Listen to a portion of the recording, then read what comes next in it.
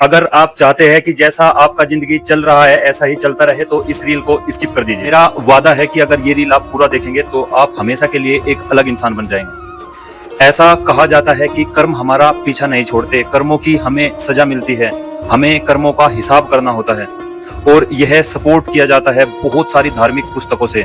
गीता का भी सार इसी को बताया जाता है कि कर्म हमारा पीछा नहीं छोड़ता, कर्म हमेशा हमारे आगे आता है।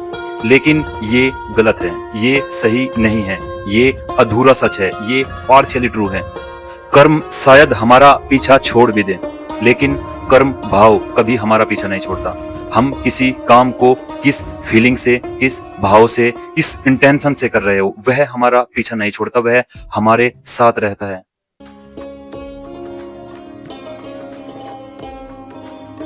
आप बहुत सारे लोगों को देखते होंगे जो गलत कर्म करते हैं, लेकिन उनके जीवन में कभी बहुत ज्यादा गलत चीजें उनके साथ होती नहीं।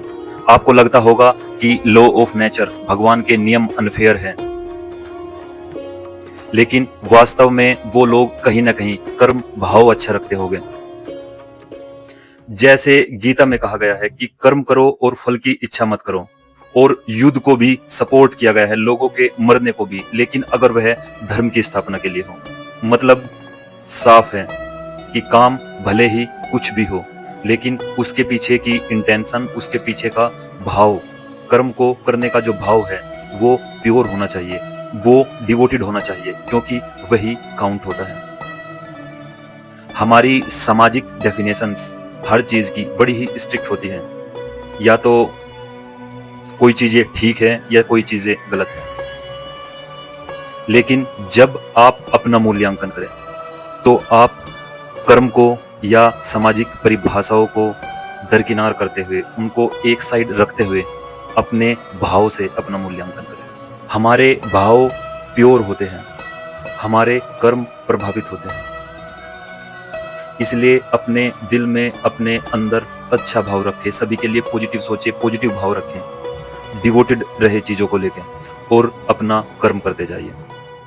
क्योंकि अंत में आपके भाव, आपका डिवोशन आपका पीछा नहीं छोड़ेगा, हमेशा साथ रहेगा और लाइफ में काउंट होगा।